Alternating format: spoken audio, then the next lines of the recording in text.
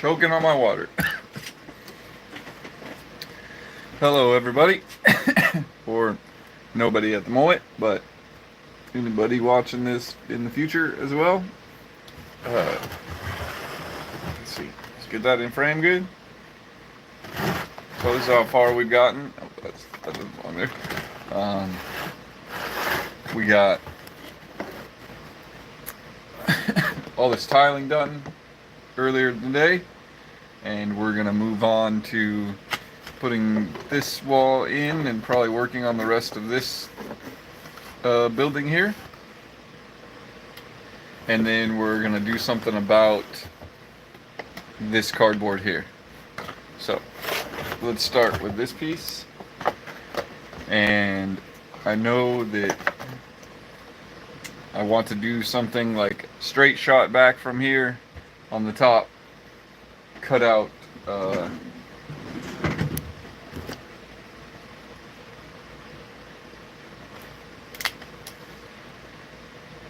make it look like somebody's cut into this from this side, in fact.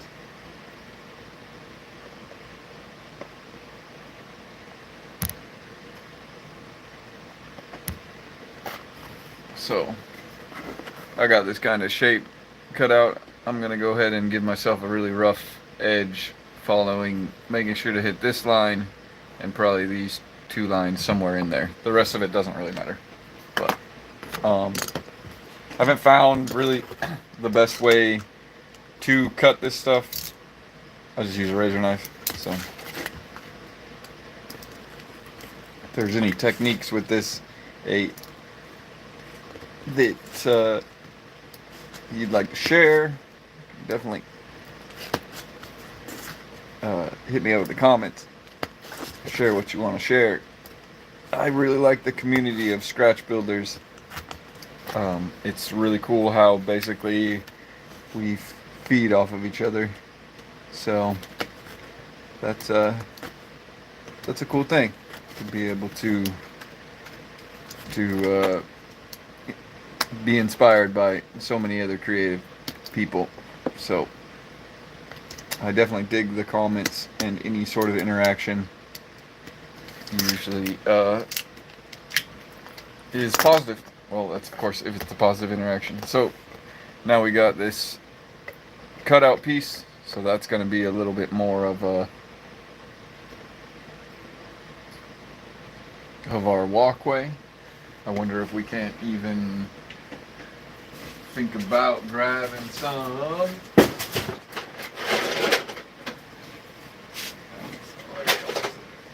all these big chunks. Some flooring tiles.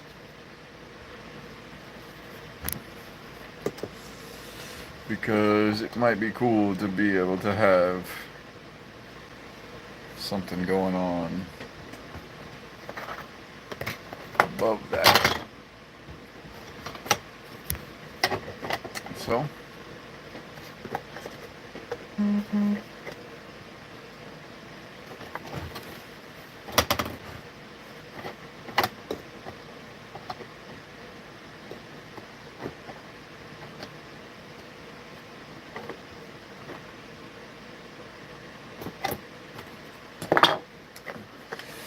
So this will be a cool pathway. Maybe we can get something else here to give us some elevation for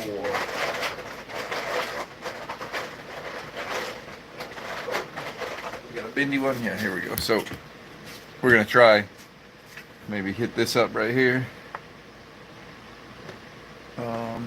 How's the visual? You guys can't see nothing. So I'll try to tilt that a little bit. You can see it a little bit. It's a little elevated now, so the angle is a little bit different. So that's gonna sit there, and then I'm thinking something here. Can I hold it? Fine. With a platform right where my finger is. So then, for example, your model would be able to climb up this, climb over. Of course, that wall just fell. And around and utilize this flat area here, giving it cover from anything on the other side of that. As I've stated before, and I will continue to state, I try to think about pathing in my games while I build terrain, because it it really comes from experience, but I've taken apart so much terrain because I didn't like the way that the pathing was going, or the way that anything, something in particular. Like, for example, the first Necromunda table I ever built for myself was like, I got all of these display boxes from the grocery store I worked at. So, like, those cardboard boxes they're called shippers, and they sit on the end of aisles, or sometimes in aisles, and they're just like these weird put together uh, disposable displays, basically. So I snagged a bunch of those things, and I made these giant towers, and the floors were too far apart from each other, and people kept falling and dying. And I learned then that you really do have to be careful with the pathing of your terrain. Now, it's not super important. Like, you can make a funky piece of terrain, but at least you have a funky piece of terrain. For example, if you're playing like the big games like AOS or Warhammer 40k, first of all, you're not going to need so much detail. Well, you're not, I mean, not that you wouldn't want it, but you really aren't going to need so much detail in your terrain if you're playing one of those big games, because you're only going to use maybe 2 things like this on your board. Maybe 4. I don't know. I haven't played like the new rules on any of those games, so I don't know exactly how much terrain you would use. But you definitely wouldn't use very many of them, and they wouldn't need very much detail. You wouldn't need to think about pathing so much. In those cases, you just think about places where you can place a whole unit of whatever, a unit of troops. Which, in that case, I might leave something like this completely open, because if I leave it open, that's so much easier to be able to get models in and out, especially when you're playing with big groups of models and they're assaulting through it and over it and all that. I'm not going to put in as many single pathways, but this, I think, more of like dirt bike ride, or like downhill bike riding, single track.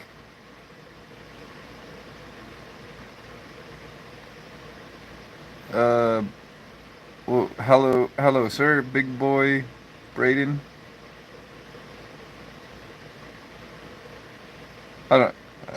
Hi, welcome.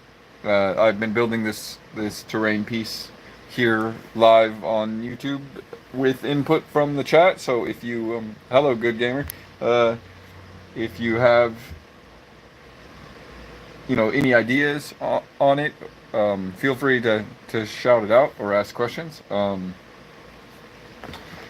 So yeah, like I said, like I was saying, I think of the pathing on Necromunda terrain more like a single pathway snaking through a bunch of terrain, as opposed to a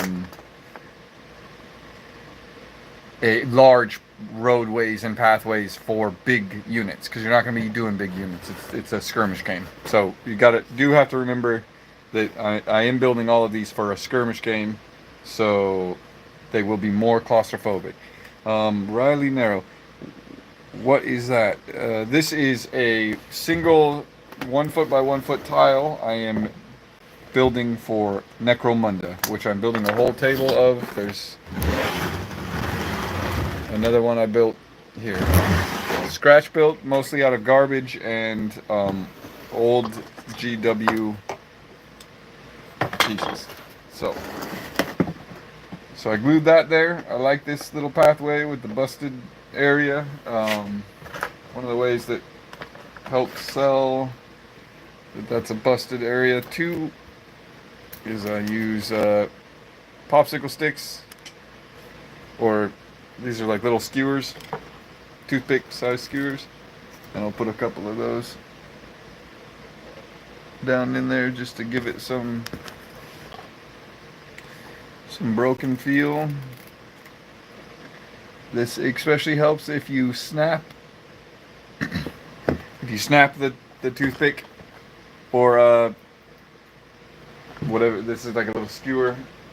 I'm not sure what this cocktail stick, I think this is. If you snap it as opposed to cut it, it'll look better because this busted frayed area. So now we have that on. We have the pathing. I want to think about putting the next floor in. Thank you. I'm glad you enjoy. If you want, you can check out other videos on my channel. I built a Mordheim board too, if you have any interest in that as well.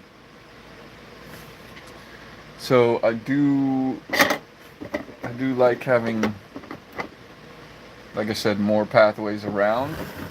So I am thinking about putting that ladder on there, or this this set of flooring on here. That would look pretty good.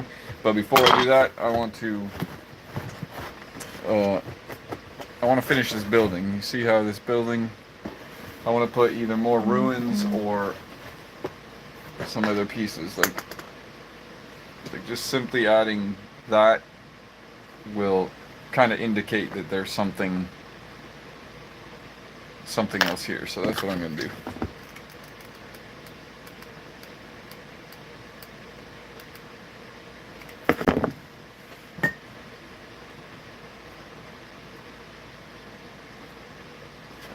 And okay, there we go.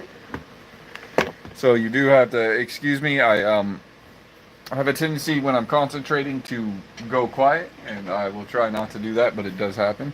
I think I do want to put like a corner piece or something in here, even if it's just a little ruined piece. So let me see if I can't dig one of those up in this big bits pile.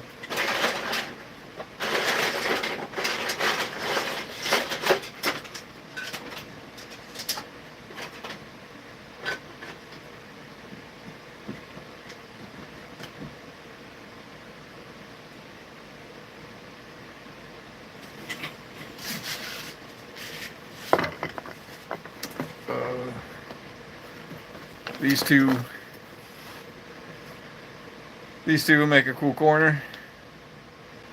Pop those together, pop those right there on that corner, and it will leave a couple other pathways, one here. Oh, I'm in my hand. Actually, let me start gluing that. It'll leave a pathway open here and a pathway open right here, which I think, as well as here, which I think will add a cool sort of escape route. Like, it might be cool to do a scenario where one player has to start with his gang, but most of his gang here, and they have to escape, or they get ambushed or something. It'd be a nice place to play the ambush scenario.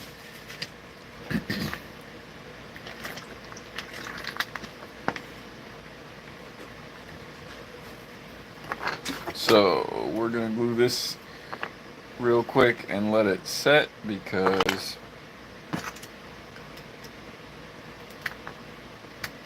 I want that plastic glue to really adhere to these two.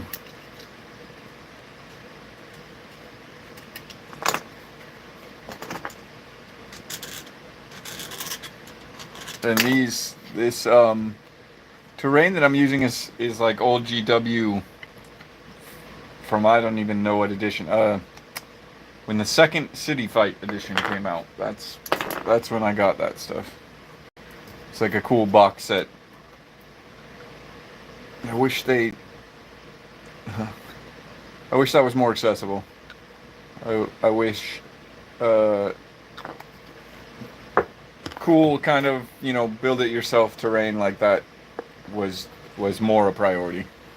But that's just me. Because it's very handy for, so I'm just gonna set those two together, and I'm not going to touch that again for a second. Uh, it comes very in it's very useful for people who don't have like an eye for picking out shapes that they want in their buildings.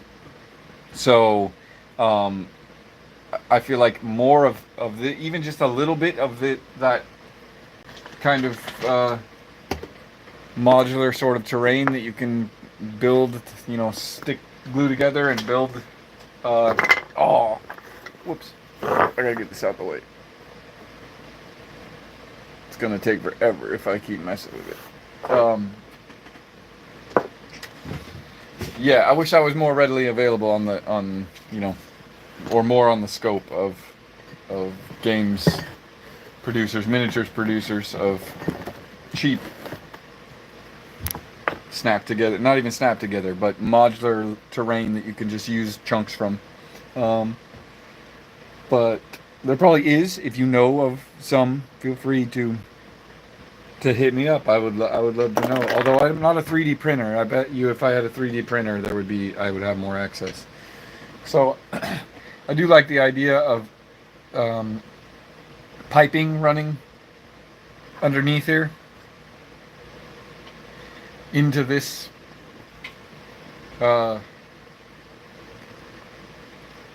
larger container. Excuse me, I'm gonna sneeze.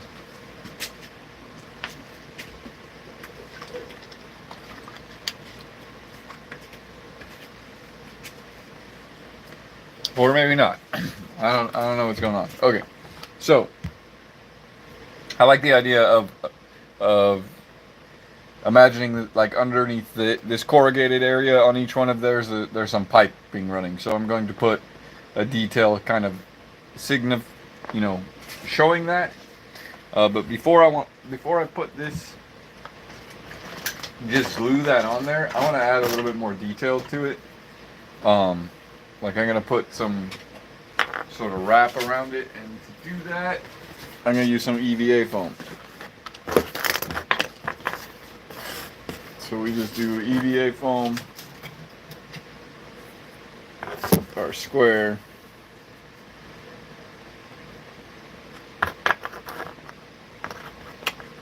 How much do I want to match up to that? We'll do a thinner piece. Why not?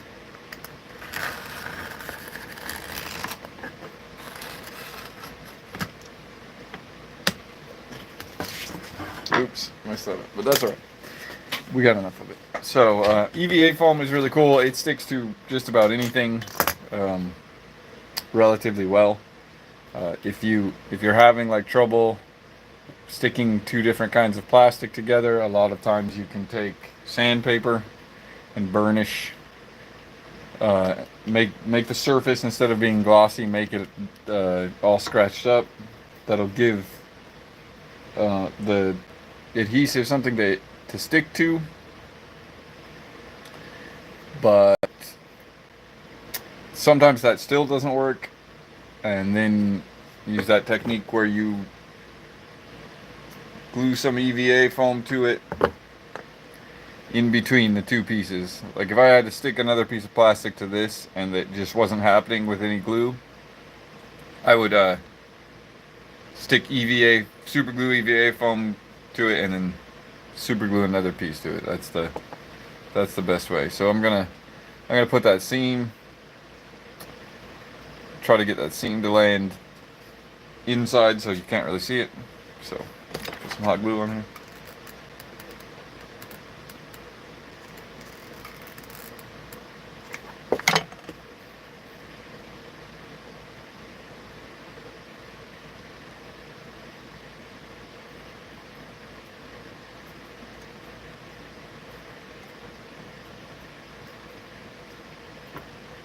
See, and that adds just like another little detail.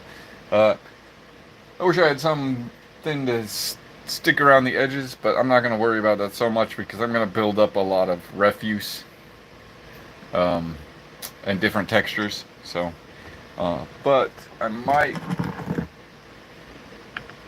want to.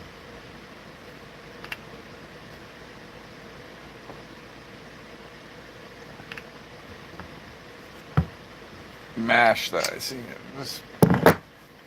just try to give it more character, because it's cool to use, toys and stuff like that, because they look industrial because they've been manufactured, but they're so clean and nice and shiny that a lot of times it's just, that's why I put so much texture on everything, is because you use these things that are manufactured to replicate things that are manufactured, and it works well, but I need everything to be run down.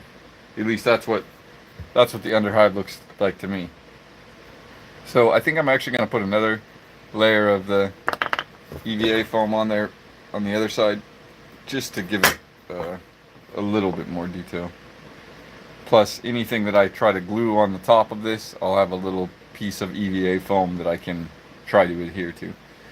Again, I'm going to try to put that seam on the bottom, out of sight.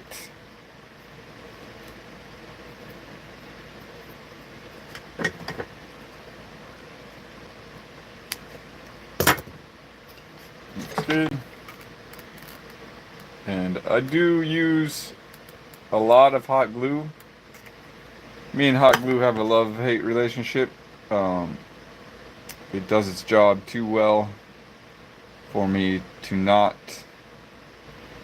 utilize it, but man, I have had some struggles with the hot glue before. I don't know if that's what the consensus is on that. I'd love to know, actually.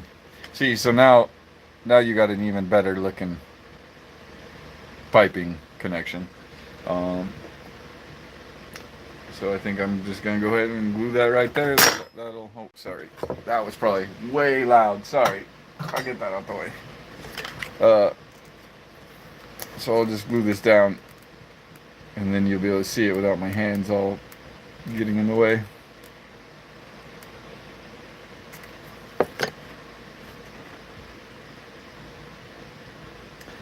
Another technique too, one that I have utilized before, but it's a little bit more pricey in the sense that you have to use super glue, and super glue is a dangerous adhesive, in the sense that I've glued my hands together multiple times, that type of thing.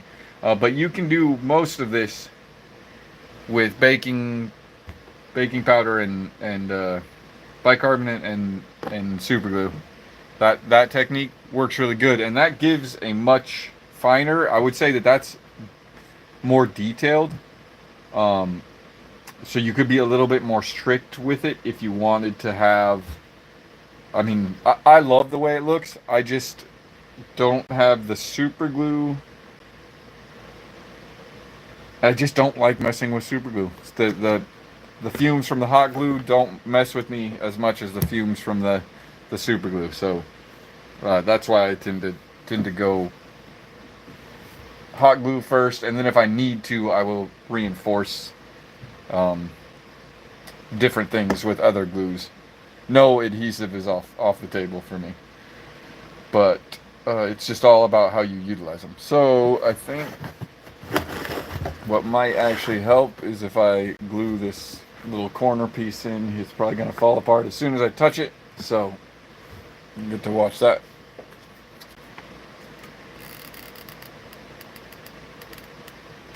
Try to line it up with both of these different.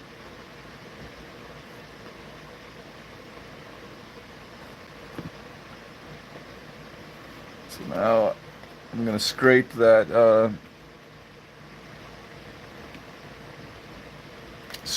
hot glue, because if you can get rid of if you can disrupt the surface of the hot glue, it will be a little bit more tacky. It'll grab your different textures you put on there later a lot better than if it's that shiny surface that hot glue gets if you just put it and leave it. So blam, yeah, that corner looks good. Let me set it up here again. So that's what we're looking at so far. We obviously got a nice structure going. I could put this right on here, and that's nice. That does make it much more difficult to get minis through, but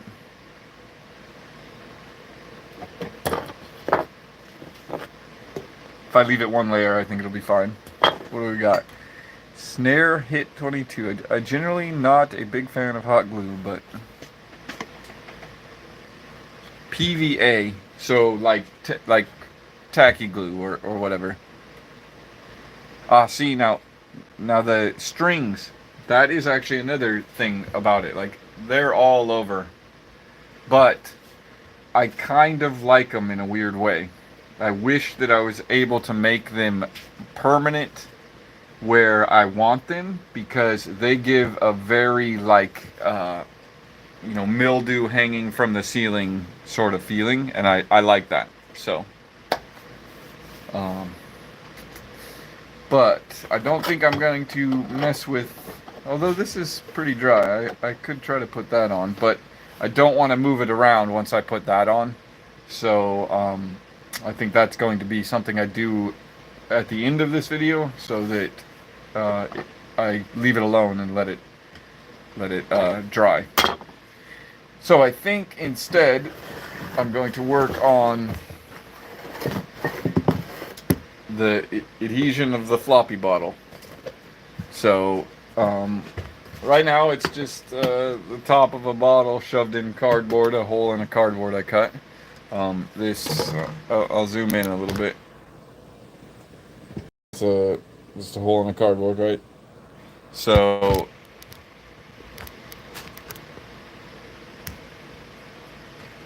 I need more than that. There needs to be more than that. I've been thinking about what I could cut, and I could do a bunch of layers of the EVA foam, which might be cool. I have yet to try to do this. Now, EVA foam is stretchy, so it's kind of a pain in the butt to cut. Like it has its issues when cutting. I feel like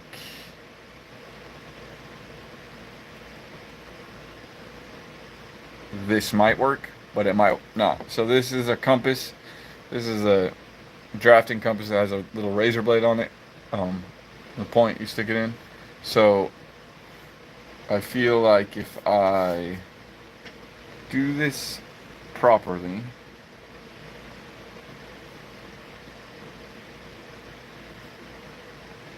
maybe if I just gently do it, it won't stretch so much. Because the only issue that might happen is I might end up cutting an oval with this instead of a circle. Also, that razor blade might be super dull, so I might have to change that out.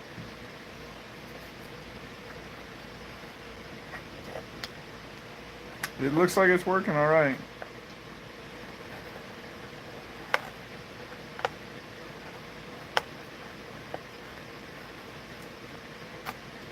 Oh, am I ruining the side? Yep. What happened? What happened?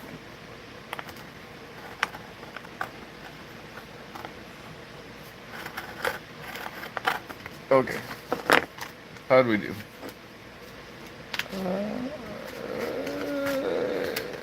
We could have done better. But that was our first try. So, I think it will work. So, compasses are a necessity when building industrial terrain. You gotta be able to,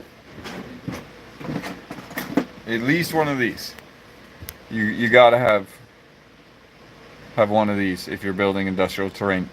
Just my opinion, of course, because everything is going to be either like right angles, right, which that's easy. A square is easy, but spheres, perfect circles are the hard thing to do, and this will allow you to give that at least relatively enough that it's believable. So.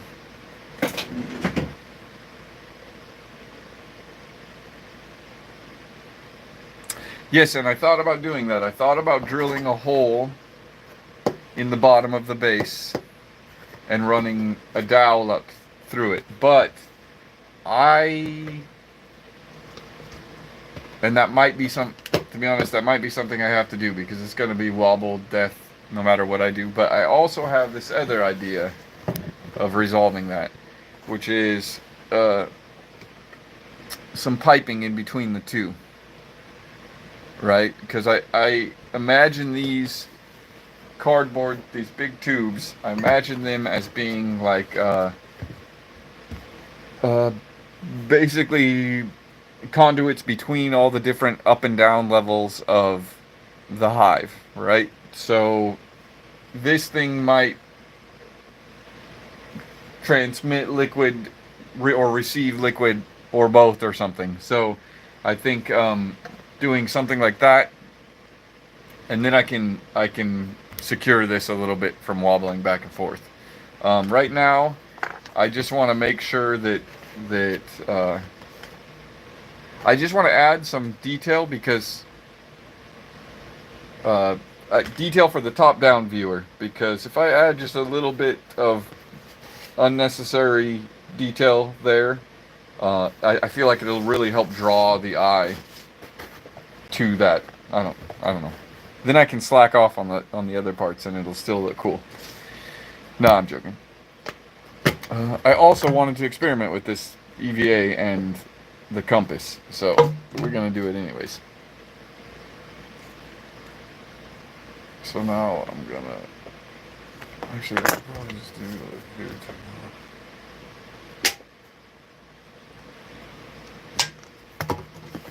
Yeah.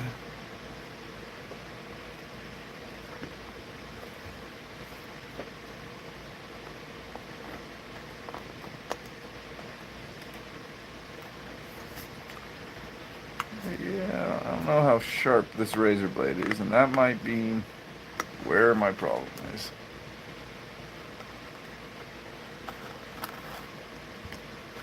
Oh. That's cool. That's cool. We can mess up a little.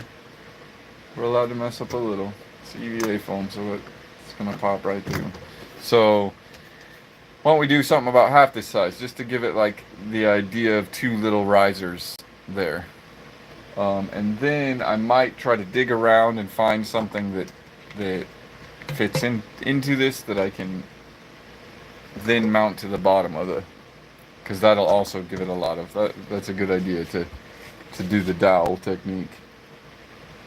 So we're gonna do another one.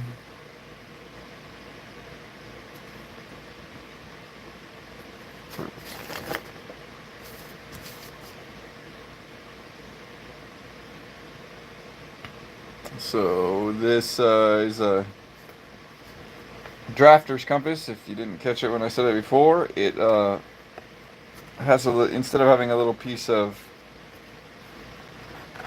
graphite or pencil lead to,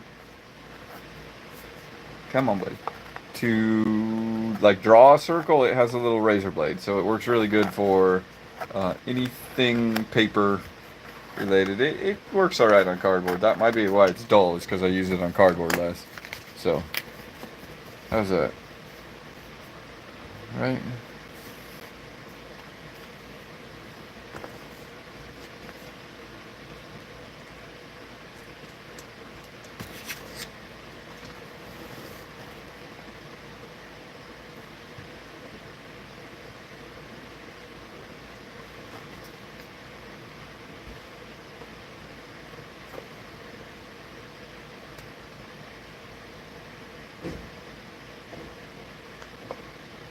My problem with this compass is it slides a little bit more than other compasses, just because of the way the mechanism works, I feel like. So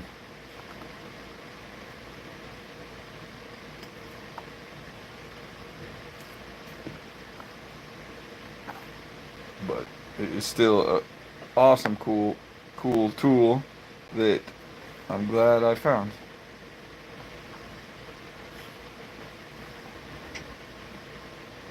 Or was given to me, actually. So there you go. Alright, so this didn't go deep enough.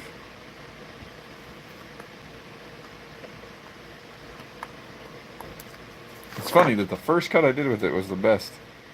Now it's just getting worse and worse. That's alright. So now we got a cool kind of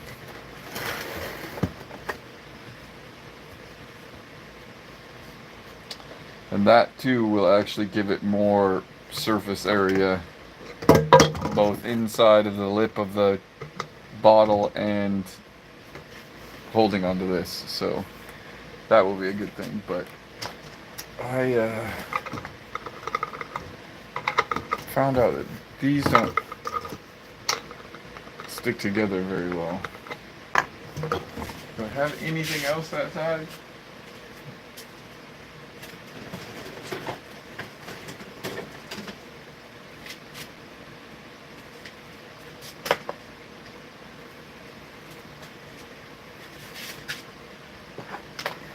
I got a bunch of these things, so I'm just going to use one of them real quick. And I think I'll just, like I said, do that EVA foam trick.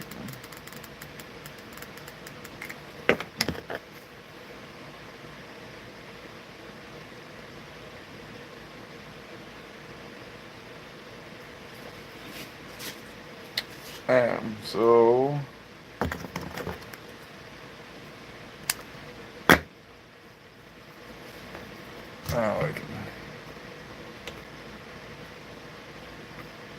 oh, that looks way too big. Dang.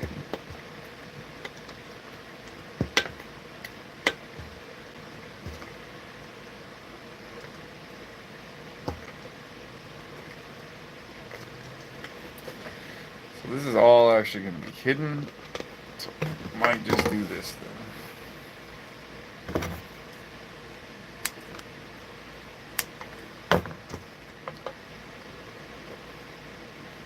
That's enough to make it tight. So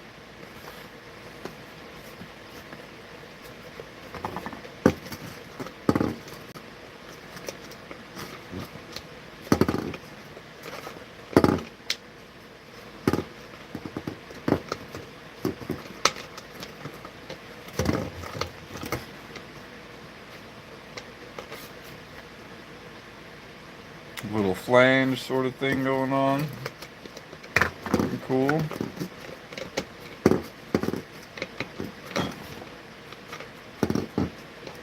Alright, so I'm just going to go ahead and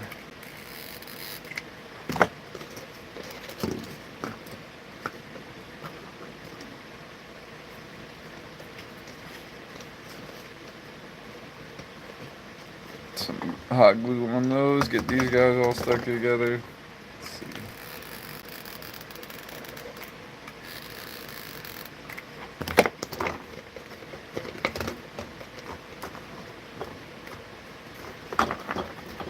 Yeah, I never thought about doing a live chat before, right? Or a live video before.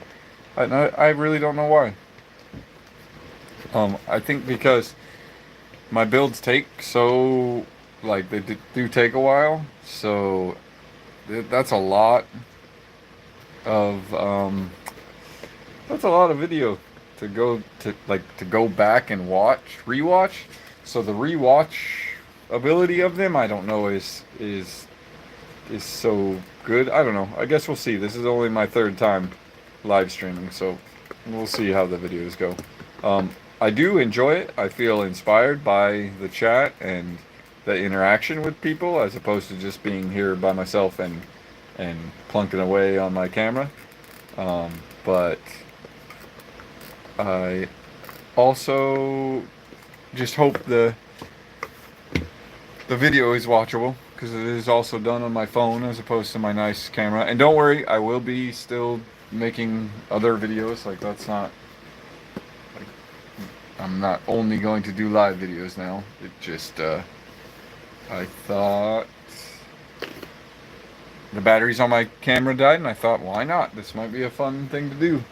So I started doing it. So that's what I've been doing. I will have other videos coming out as well.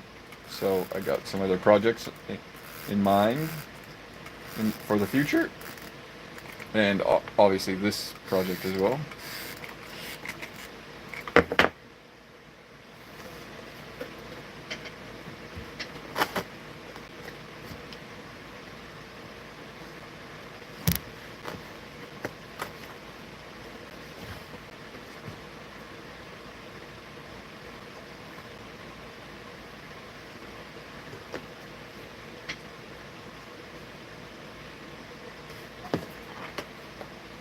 Kinda got some. Oh, running out of hot glue. Kinda got some pressures of this thing are pushing up the EVA foam. I don't know if you can see that, so I'm just gonna have to go through it. Make sure we got a good seal on that, because that EVA foam glues the stuff very nicely, but you just have to make sure you get the glue in there. And like I said, it's very flexible, so if there's tensions on it or anything weird, it reflects that.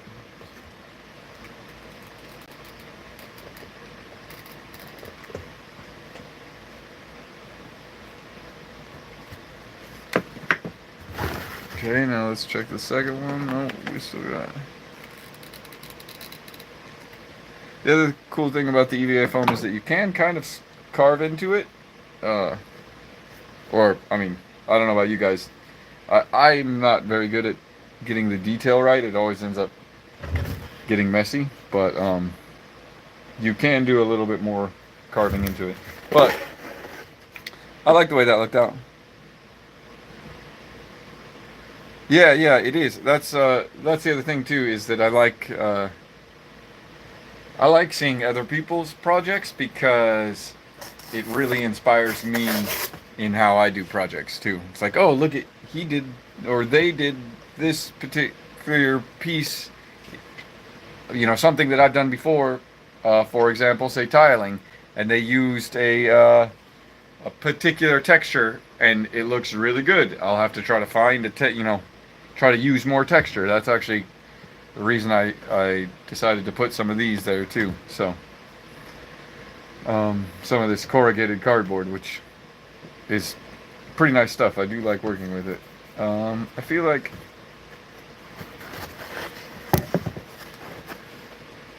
maybe I need to cut something here. I don't know.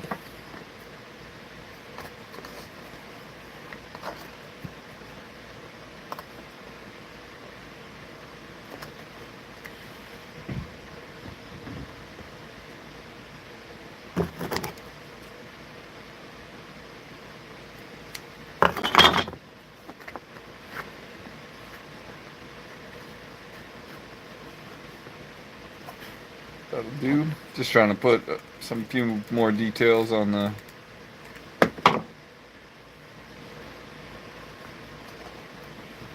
flooring over here. And now I have to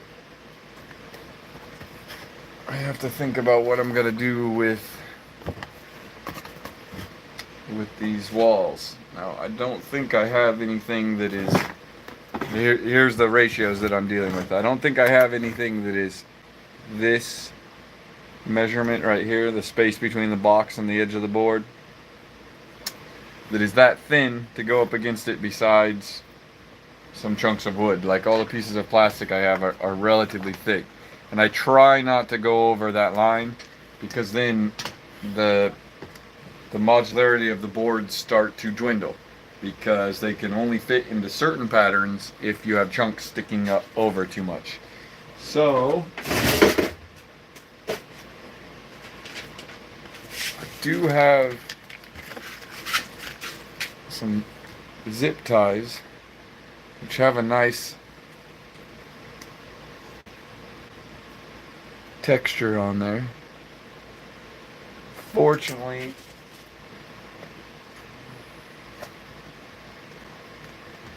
not quite big enough to hide all of the seams, but I'm thinking I like to add like a little bit more gothic stuff to, you know, obviously the GW terrain is going to be really gothic.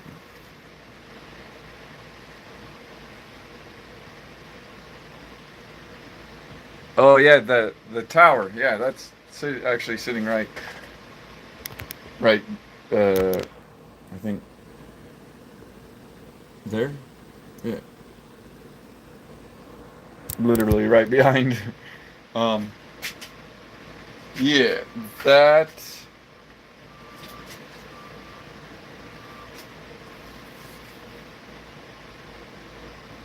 that was a cool build. I like that tower. But anyways, I like the Gothic. So I wonder if I can't put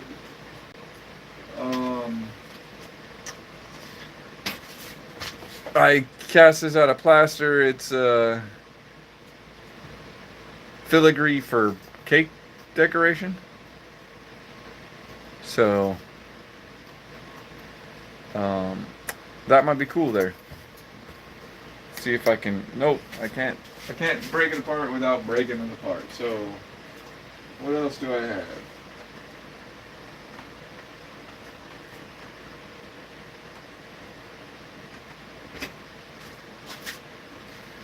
I got these things. Let's see if I can break those apart. And this time, I'm gonna be careful.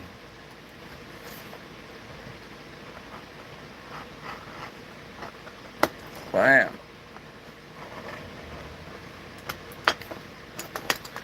This is just plaster of Paris, so it's actually pretty fragile. You throw it on the ground, it's just gonna snap. You can basically carve this stuff with a pointer. So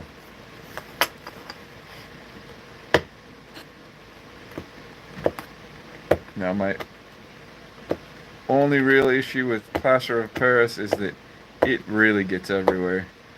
So busting these all up, I always end up all covered in dust. So I might have to take a break and clean up, sweep this up before I really go any further. So first casualty. Yeah, Eric's. I was gonna say too. Eric's hobby. Eric's a cool guy. He didn't have to say nothing about my channel, but he totally did, and I really appreciate that. Super cool.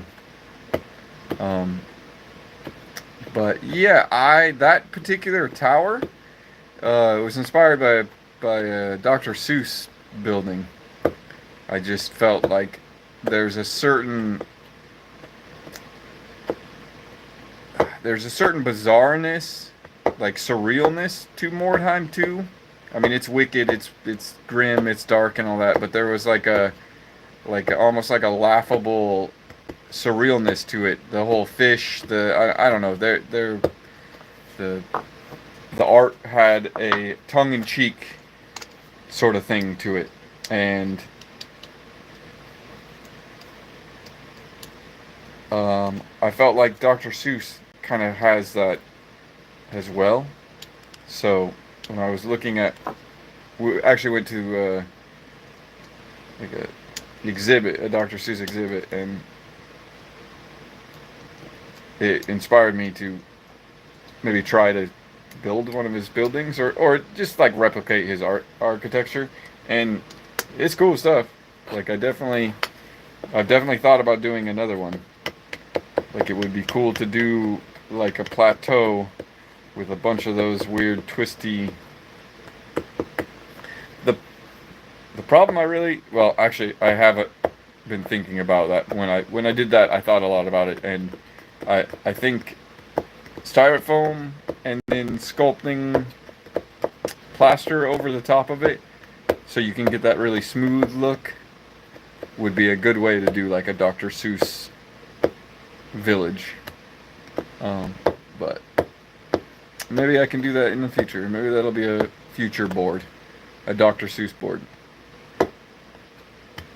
Oh, maybe that's what I should do for Nemo next year. Maybe I'll throw that out to the community.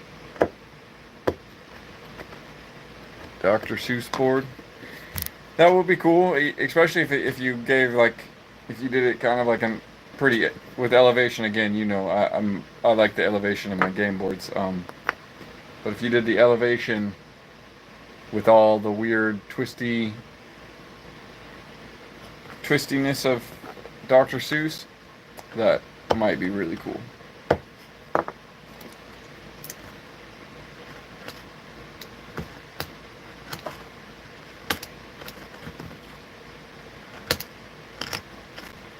Okay, well, I was hoping this wouldn't have taken so long. I should have cleaned these up before. I didn't realize how much work they needed on there.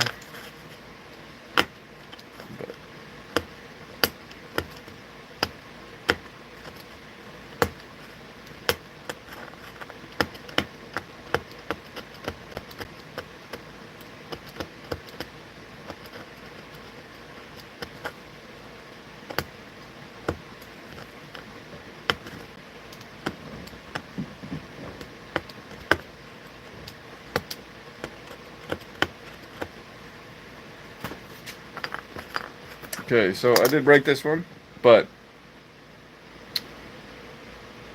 I can glue it back together. That's fine. When I glue it on there, I'll glue it back together. Oh, now I broke that one. So I have to glue both those back together. Should have left it alone. That happens sometimes too. Like, that's why I've been trying to keep these live videos only about an hour long, because I have a tendency to like not pay attention to what I'm doing and just getting sucked into what I'm doing and not paying attention to what time it is, and you know, whether I've had enough water or if I should eat some food or that type of thing. So I've been trying, the live videos have actually been helping me because I can see the time counter, and you've been sitting here for an hour, so get up, walk around, drink some water. So that is coming up, but I think I'm going to push a little bit on this because I want to get these filigree on here, and I want to get this cardboard dealt with, and I think that I can do that relatively quickly if I can just get through the trimming up of these plaster casts. These are Baroque filigree for cakes, or like cake decoration molds, that I cast with plaster. So that's a very good technique to, or a very good cheap resource, plaster right there. You can use it for a lot of different things. The only issue I really have with plaster is that it cracks really easily and it weighs a lot. So if you put a lot of plaster on your pieces, they are going to get really heavy. And whenever you have a heavy piece, if you drop it, it's more likely to break. It takes a lot more work to move around. So I do try to watch the weight of my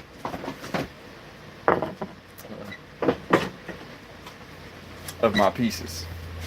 Watch the weight of it. So we're gonna go ahead and glue these on here, I think. Should we? So I don't think so. I'm gonna do an experiment with this this joint compound. I want to see how strong it is when it finally dries. So there's cake icing. I'm going to. No, it's heavyweight spackling is what this particular stuff is. But so I'm gonna go ahead and.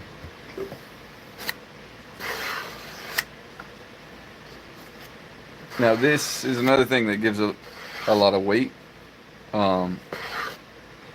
It's not too much if you go thin, but just a thin layer of this over cardboard makes the cardboard look so much better. If you are on the cheap, just build it out of cardboard and spread this, spread some joint compound or heavyweight spackling or whatever on it, sand it down a little bit and spray it. You can have it has very good concrete effects.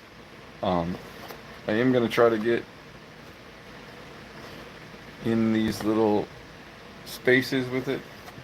I don't mind if I make a mess with it either, because I can sand it down a little bit if I need to. I can go put another layer of it on if I need to. So let's go ahead and hit the front of this here.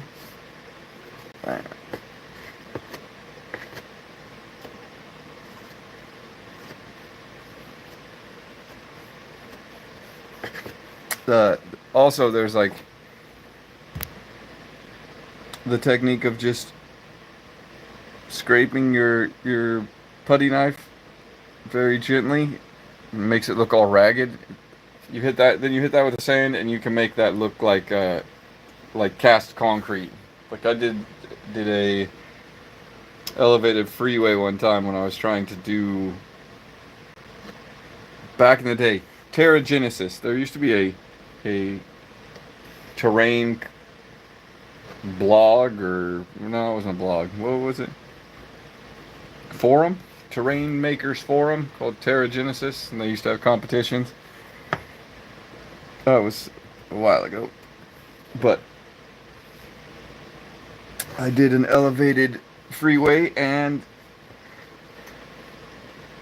I used a bunch of this on just cardstock or cardboard, and then sanded it down. And it looked great. It looked very concrete. It made me feel like downtown Los Angeles, or Los Angeles freeway overpass.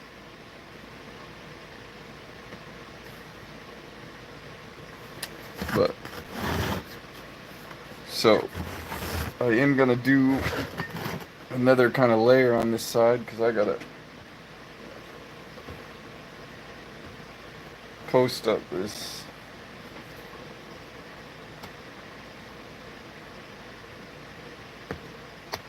these little filigree things I want to put on. So I gotta make sure that I have enough to actually stick those on with.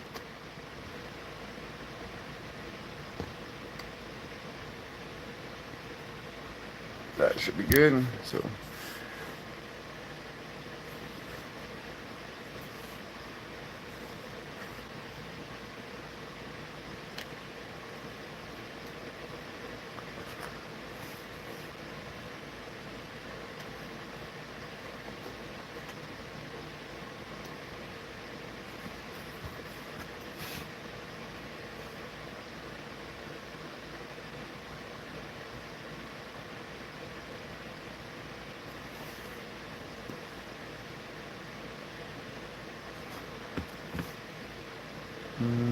How did these go together? Dang it.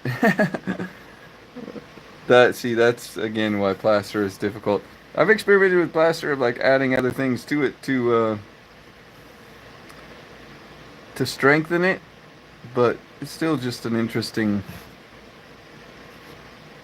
very interesting substance that I don't know if I love, but I do love that detail, so that's what's gonna happen right there.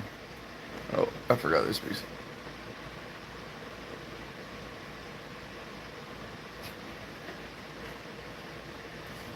So now,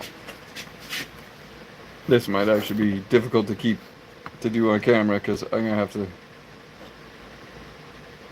get in these weird little areas to smooth this out a little bit.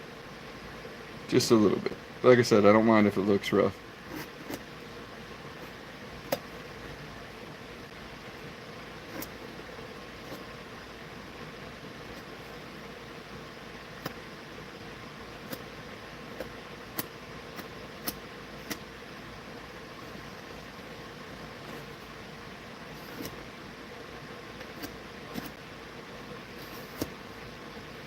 Yeah, I also do have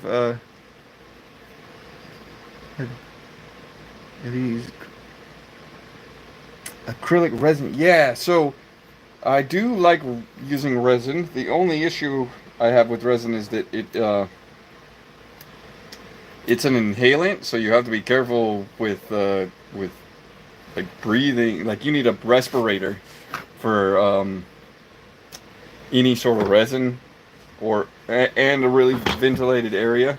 so it takes a little bit more prep than just, you know, whipping up a little plaster in a plastic cup. But that might not actually be for everybody. Just the resin in particular. Well, same with veneer, like or not veneer. I can't even think. The Yeah, like the resin coating you cover your furniture with, like that type of stuff. Man, the smell on that is so strong. So it takes a little bit more effort for me to use resin. I do really want to do a some sort of lake or river or canal or something, and do a big resin pour. That would be really cool. But resin is also very much more expensive. So the amount of resin you can get per the amount of acrylic resin. I don't know if I've ever messed with that. I'll have to look that one up. Thanks for shouting that. Acrylic resin, water soluble, huh? Where would I go to look for it? Is it like hardware store type of thing?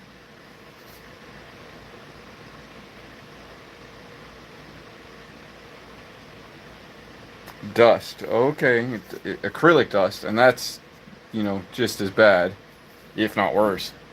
But that's just when you're sanding it down, then, right? Um, that's cool. I'll have to look into that. Again, thanks, Snare Hit 22. I've never heard of that acrylic resin. I thought, what resins have I used? I don't know, just the two-part resins.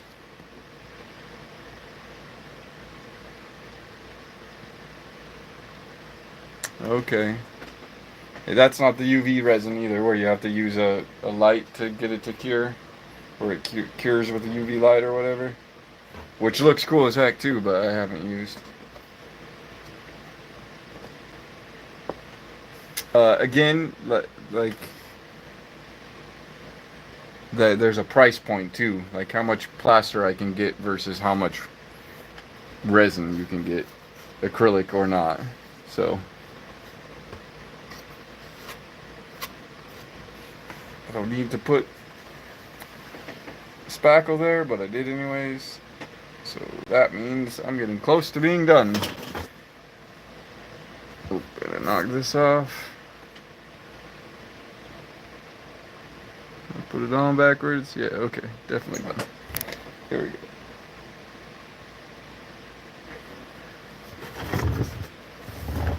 Oh, not done. Gotta finish this.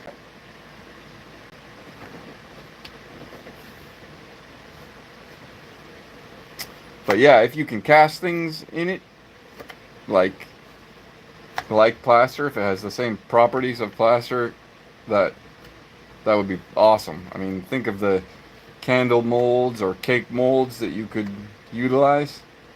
Like, you could do a whole crazy Baroque hive city.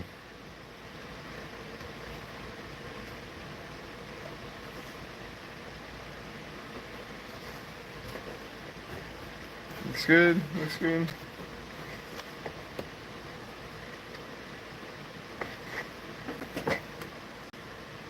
Good enough, good enough. So let's scrape this off. I think the last thing I want to do before I close up this video is I'm gonna throw some glue on this building piece. I'll probably use another building piece to prop it up. So we're gonna go ahead and glue that guy right there.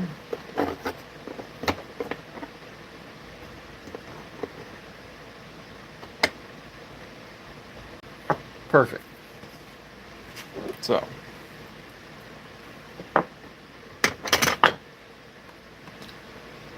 have you used it, Snare Hit?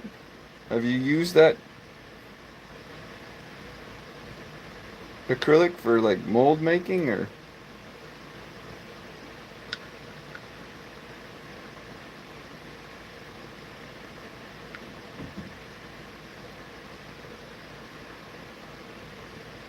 Really lather up the plastic glue on this because I want it to be somewhat structurally stable, because the hot glue holding it there isn't really that structurally stable. So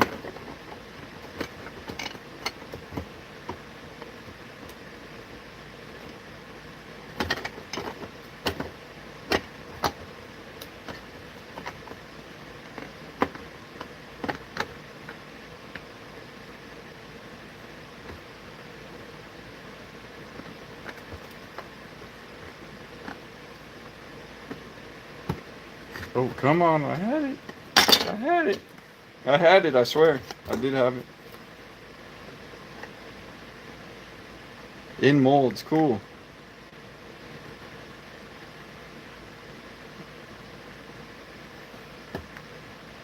Oh, that's cool, because that's the other thing I found with plaster is that if you like get distracted while you're actually making the plaster, um, okay, don't touch it. If you get distracted while you're making the plaster and you let it start to set up too quickly or anything like that, you can totally lose a whole, you know, it'll start to set up before it sinks down into the actual mold, that type of thing. But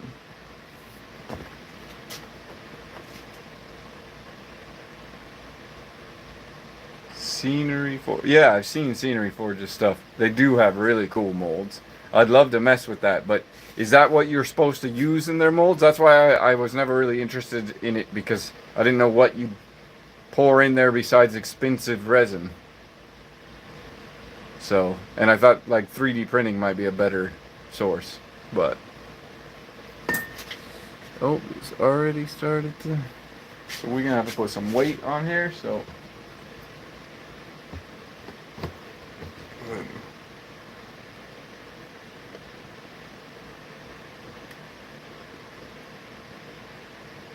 leave that sitting there.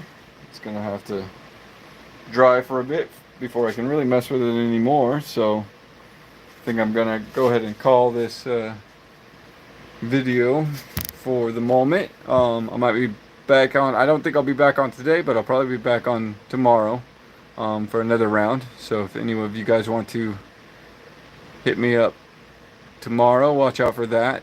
So let's see, they have thicker molds. Ah, see, that's what I've used, polyurethane.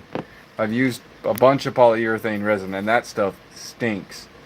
Or, I mean, I guess it just can be a bit overwhelming, I should say. But